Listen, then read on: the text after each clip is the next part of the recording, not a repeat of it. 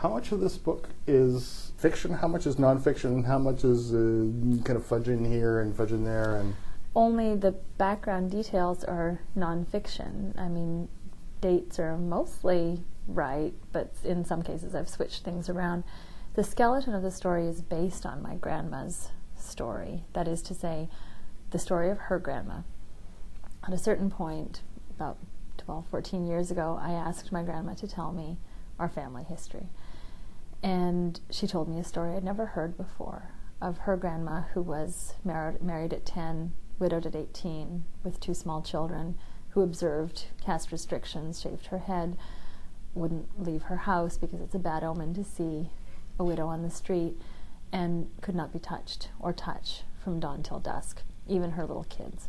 Very hard story, but who chose, in spite of this, to raise her kids in her own house, to give her son a secular education, and eventually to raise her daughter's children when that daughter and her husband proved incapable or unwilling.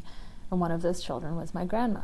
So my grandma told me this story, and it's very compelling, kept me interested for 12 years of writing. But I knew that I was making a novel out of it, and as I meditated on this story,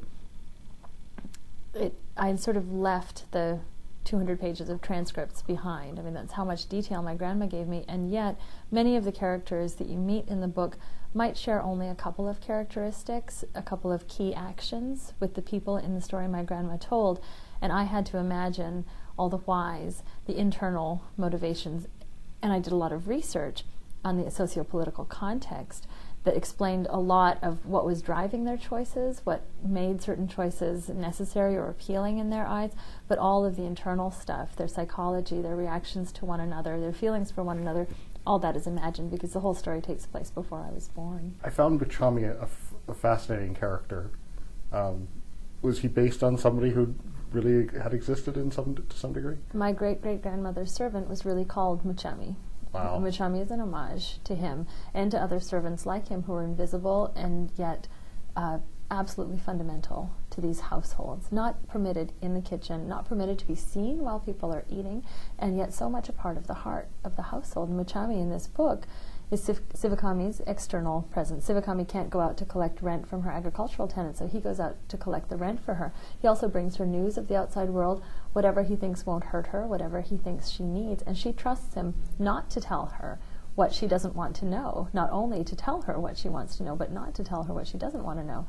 And because she can't touch her children or her grandchildren, as her grandchildren come to live with her, he's also her physical presence. He holds and carries those kids in ways that she can't.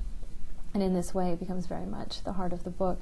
Now, the real Muchami, I know very little about him, only that he was very loyal to my great-great-grandmother. Everybody talks about how faithful he was, also that he didn't have kids.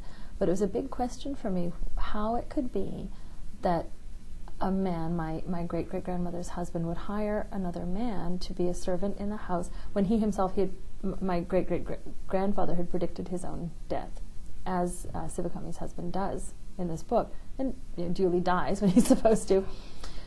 So I said, how could he hire a man? She's not supposed to have physical contact with any men. Surely there would be temptations. The real Muchami didn't have children, my grandma said. I thought, oh, he was gay.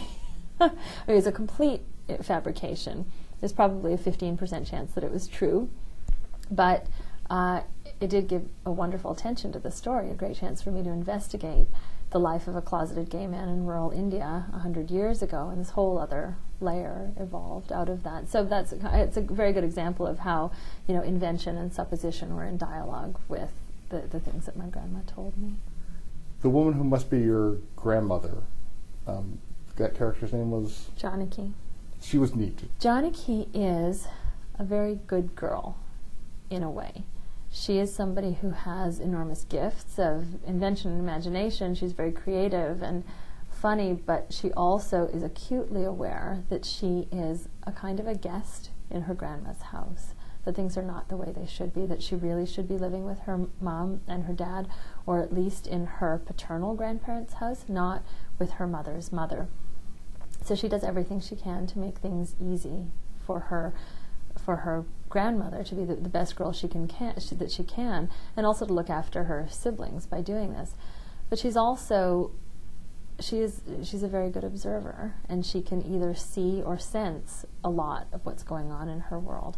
The other thing about the book is that it is intensely domestic. I know that it really takes place inside homes, and I was very interested when my grandma told me her grandma's story in trying to figure out the experience of this woman who's functionally illiterate, really would not understand things like the wars, didn't read papers really, and yet was in a position where she was making choices that were profoundly affected by those events. I mean, giving her son a secular education as opposed to educating him to be a priest so that he could stay in the village. She gave him the tools to leave and make his way in the wider world. So he became a part of, industrialization. The story of 20th century India is very much one of keeping up with industrial movements right up until, the tech revolution of the 90s. And she is making decisions in concord with those events, even while she doesn't actually, she wouldn't be able to tell you what they were, I thought all of that was just a fascinating dynamic to examine. But I do try to permit the reader to see, to enter a minister's salon, to travel with Vairam on his work a little bit, to walk the fields with Muchami a little bit, so that you get to see the outer world, so you understand the context, and then understand how little of it Sivakami understands, and yet she intuits. Somehow she does make some decisions that respond to it. Wow, can't wait to see what you come up with next. Well done. Thank you. Thanks so much, Craig.